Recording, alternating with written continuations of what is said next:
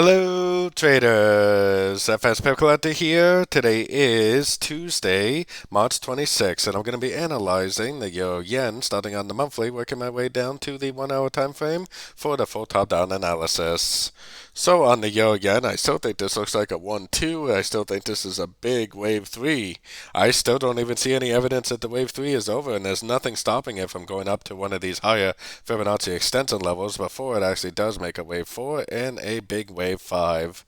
So this is about a 4 to 5 year uptrend right now. So I mean, trying to go to the sort of time frames and go short is kind of a dangerous game. So going down to the weekly time frame. On the weekly, I think you can start to see the subdivisions here a little bit. I think this is the end of a wave 2 down the monthly, but then I think this is a 1 of 3, a 2 of 3, a 3 of 3, a 4 of 3, and maybe we are in that wave 5 of 3. But like I said, there's no evidence that it's over. We have no breaker structure to the downside.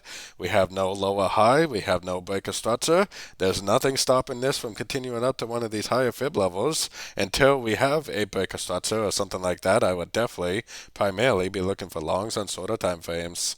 Going down to the daily, the way this thing saw past this fib level definitely makes me think that, yeah, maybe it could make it a little bit of a three-way pattern first, but I do think that it is extremely likely that the trend is up and that it probably will just keep on trending.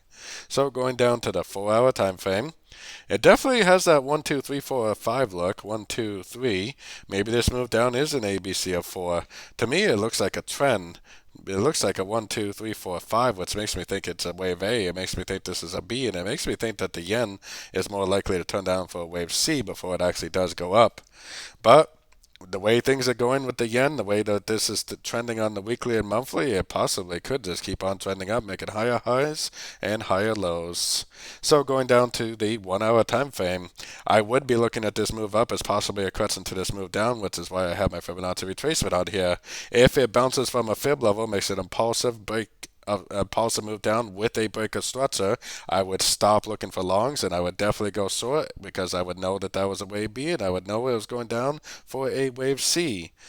But first of all, it doesn't have to stop here. It could go up to one of these higher levels and make that breaker structure. Second of all, it might not even do that. It might just bounce from these fib levels, not break structure, and just keep on making higher highs, higher lows. Which is why if you do trade the 1 hour time frame and below, I think you need to continue to look for longs at every single pullback. And if it does just keep on trending up, then that's not going to affect you at all. But if you're looking for longs and you see this, then I would stop looking for longs and I would start looking for shorts because at that point it probably is going to go down and make a wave C. So really that's why I like to call it learning and earning at the same time, because we think it's a wave B, but we don't know, and if it just keeps on going up, we're just going to learn that it's continuing the uptrend while we're earning from going long at the end of every pullback. So don't forget to join my free Discord channel linked in the card up here above, and don't forget to check out my new website linked down here in the corner. As always, thanks and happy trading.